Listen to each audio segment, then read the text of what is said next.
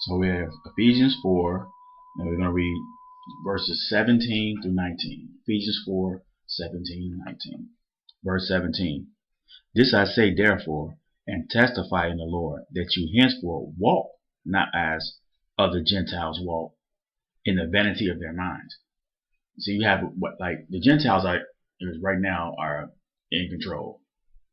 They're, we try to do things according to how the Gentiles do.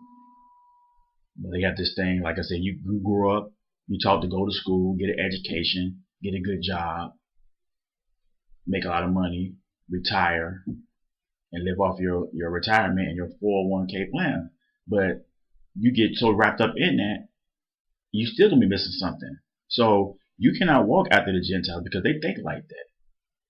And I'm pretty sure a lot of it's our fault too, because see, Israel's supposed to be teaching the nations in the first place. So this is just part of the curse. So that Gentiles are going around doing stuff, and we try to be just like them. They chase after things that's vanity, that's in vain. They believe they'll do what they have to do to survive. You got some people that can't even take it. Like the times are getting rough out here. People losing their jobs daily, and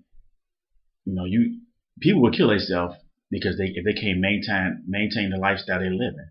You say you just billionaire and all of a sudden you just lose everything. People have been taking themselves, they take themselves out, and it's happening on a daily basis because they don't know. They got so wrapped up into this vanity of this life, they can't handle it. So you have to be humble. You have to stay humble, and you cannot walk after the ways of the Gentiles because they walk in the vanity of their minds. Verse 18, having an understanding darkened, being alienated from the life of God through the ignorance that is in them because of the blindness of their heart. So they're not even seeking the Lord the proper way. They feel like, hey, you just, they call on the Lord, that's fine. Like that's all you can do, just call on the Lord and don't mean nothing. And we have that problem too, don't get me wrong. It's a two-way street. Israel the same way. But we want to call on the Lord, but in our heart, it's not really, it's all in vain. We're not really seeking the Lord like we're supposed to because we're going after things of this world. We're being covetous, and the Lord don't like that. So, verse 18, having an understanding darkened, being alienated from the life of God through the ignorance that is in them because of the blindness of their heart. Verse 19, who being past feelings have given themselves over unto lasciviousness to work all uncleanness with greediness. And then we get greedy. Like I said, you never can have enough. People have money, they want to make more money. Some people don't even go to sleep because they want to make so much money. They feel like they go to sleep, they're going to lose out. And that's terrible because it's all vanity. All vanity. And like I said, in the end, it's not going to get you nowhere. It's not. Because you're chasing, like I said, this American dream. You're trying to have this and have that. You're trying to outdo the next man. You get puffed up. You get proud. You have to be humble when you're serving the Lord. If you really say you're serving the Lord. Like I said, He can bless you. I understand that. But He can take it away from you too if you're not doing what you're supposed to do. But you can't lose focus. You have to thank God for everything you have. Like I said, His life is vanity. It's just, the whole thing is His life is just a goal. It's like a test. You want to pass that test to make it into the big prize at the end, and that's to serve God and be in His kingdom. You serve Him now, but the main goal is to get into the kingdom, not burn forever. I don't think nobody want to burn forever. So that's the end of verse 19. So we're going to go back to Ecclesiastes now. Like I said, this lesson is titled All Is Vanity. And like I said, you just cannot let the vanities of life destroy you because they can. So we all naturally covetous of something. Just because, like it could be as simple as just having a certain type of shoe, certain type of house, certain type of car. But you just cannot let it take hold of you and be your whole life. So we're going to go to Ecclesiastes 1, and we're going to read verses 2 through 4. Ecclesiastes 1, verses 2 through 4. Verse 2. Vanities of vanities, said the preachers. Vanities of vanities. All is vanity. Scripture speaks for itself. All is vanity. Verse 3. What profit have a man of all his labor, which he taketh under the sun? What's profit? I mean, you have to work. You have to do what you have to do to survive this world. But when you're in the ground, it don't mean nothing. It's good for that time being. You have to work in order to eat. I understand that. We have to do that. But can't take it with you. So if you're trying to keep all this money and trying to just hold on to it, you don't want to help nobody out. And it could be just somebody on the street. It could be a homeless person. You just give them. You ain't necessarily give them money. You can give them something to eat because you can't take it all with you. You can't have it all to yourself. That causes you to be greedy. And there's a lot of people like that. They just greedy. They think about themselves. They think about like I said, we're naturally vain. So it said, what profit, verse 3, what profit have a man of all his labor, which he taketh under the sun?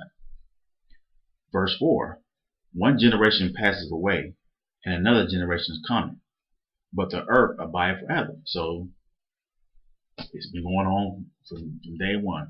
Man just naturally just conceited and just thinking of vain things and just vanity. This pretty much sums it up. So you live this life, work, do all this, but if you ain't serve the Lord, and so you go to ground, you ain't serve the Lord, right? Then it's all vanity. This life is all vanity. Like I said, you want to do the best you can in this life to please God. That's your main objective, not to please man. Not to say, some people say, well, he lived a good life because he had 50 cars. You can't drive all those cars. Or you had a certain type of job. It's how you treat people. It's how you serve the Lord. It's how you keep his commandments. That's the real test in this life, not the vanities of this world. So I'm going to read a quick definition of vanity from the American Heritage College Dictionary, 3rd edition. This is the definitions of vanity. The quality or condition of being vain, excessive pride in one's appearance or accomplishment, conceit. So people tend to pat you in the back when you so-called important and according to man. People want to pat you in the back and say, oh, he was a man because he has all this and he has all that. He done this and done that. But like I said, if you ain't did nothing to please the Lord, it don't mean nothing. It don't mean jack. You're wasting your time. So we're going to go to Proverbs 13 now. Proverbs 13. And we're going to read 2 verses, verses 7 and 11. Proverbs 13, verses 7 and 11. Verse 7. There's that maketh himself rich, yet hath nothing. There's that maketh himself poor, yet hath great riches. So, you constantly chasing that dollar bill. You trying to be rich. That's your whole goal. But you don't have nothing because you lacking something inside. You're not going to be happy. You have all this money, but you might not be happy in other areas. Like, you have all this money. This is an example. You have all this money. And you don't know if the person, to say you don't have a significant other. You don't know that person with you because of your money. So you're never going to be happy because you're going to be always constantly like, man, if this person with me because I have money or they're with me because they really love me. So it's all going to be some type of empty void there somewhere if you're just constantly going after money and not doing the other things. You just constantly just trying to work and trying to get ahead and trying to be better than everybody else. You're going to be something's going to be lacking. Pretty much like the scripture says, there is that making himself rich, yet hath nothing. There is that making himself poor, yet have great riches. So, like I said, I don't think nobody want to be poor. But I'd rather be, I hate struggling, but I'd rather be at a point where I'm struggling where it keeps me humble. And so if the Lord do bless me with great things, then I know to continue being humble and know that the God give it to me and he can take it from me. So you can be poor but have great riches. That means you can have great riches of learning this book, or learning knowledge to teach other people how to live a life.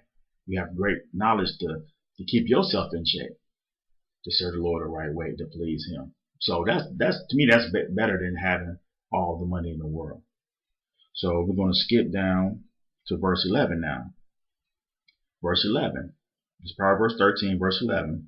Wealth gotten by vanity shall be diminished, but he that gathereth by labor shall increase.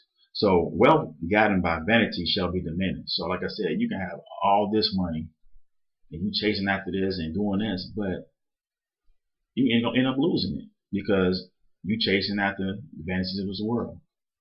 There's gonna be some type of tax evasion. You're gonna be doing something wrong. Then in the end, you're gonna end up losing it anyway. So, but it said, "He that gather by labor shall increase." So if you're constantly working hard and you're striving to serve the Lord the right way, and you stand humble, the Lord can bless you. And then I'm not just mean just material things, but I'm just talking about like spiritually. He can give you the knowledge. He can give you understanding to help other people. Because your works, you have to do works too. Because you can have all the book knowledge in the world, but you still, it's all in vain if you don't do things that's pleasing to the Lord and do your works. Like I said, faith without work is dead. So if you're not doing, you have to have all the faith, but you're not doing work, it don't mean nothing. It's all in vain. Just like you take the Lord name, maybe you call on the Lord every time you're in the jam, but you don't pray to the Lord on a constant basis and read the scriptures and follow the guidelines, the laws, and the commandments, then you're doing it all in vain. So you don't want to be like that. So we're going to go to Proverbs 30 now. Proverbs 30. And again, it's going to be two verses, verses 8 and 9. Proverbs 30, verses 8 and 9. Verse 8. Remove far from me my vanities and lies. Give me neither poverty nor riches. See, I'm like that too. Don't give me poverty. Don't give me riches. But what? Feed me with food convenient for me. So give me the things. You must take each day as it comes anyway. You can't worry about what's going ahead. Because that's just, like I said, it's all in vain. You have to take each day as it comes. Some days are better than others. Some days are worse than others. But you have to take what the Lord give you. So right here it says, feed me with food convenient for me. Verse 9, lest I be full and deny thee, and say, who is the Lord? Or lest I be poor and steal, and take the name of my God in vain. So you can be full and deny the Lord. You can have all this stuff and you forget that about God. You just say, well, I got all this. I did this myself. I'll work hard. But you forget about God. And then you end up denying him. You will say, who is the Lord? Or then if you're poor, you will end up stealing and take the name of the Lord in vain. So you don't want to be in that realm. You want to humble, take each day as it comes, and don't let the vanities of life trip you up. That's the whole objective. So we're going to go to Job 35 now. And Job was a prime example of somebody who, he had everything. He didn't do anything wrong to the Lord, but he got tripped up. The Lord allowed Satan to take everything from him. But Job knew that God give it and God take it away. You can't let this vanity of the world, can't get wrapped up in it. Like I said, when you're dead and gone, can't take it with you. So we're going to go to Job 35. And it's going to be one verse. Verse 13. Job 35 and verse 13. Surely God would not hear vanity, neither would the Almighty regard it. See, God ain't even trying to hear that. You walking around thinking you better than somebody else and you have this and all this material stuff. God he ain't trying to deal with you because you walking after vanity. You walking after material things, you walking after the vanities of this world. He ain't trying to hear that. He is not going to even regard it, like the scripture said. So, like I said, it's all a waste of time. So you want to just serve the Lord and be humble. Like I said, you don't want to. I don't want to be poor, but I don't want to be rich. I want to be in between, where I can continue staying focused on the Lord. Because you can get so wrapped up in the things that you have, the vanity of His life, you're going to forget the Lord and not serve Him the right way. Or you can, be poor and do things that's against the Lord, make Him mad, and take the name of Him in vain because He didn't come through for you because you felt that He should have came through that particular time. But so it's just best to just stay humble in between and not chase after the vanities of this world. Because like I said, we all naturally conceited. We all naturally have that.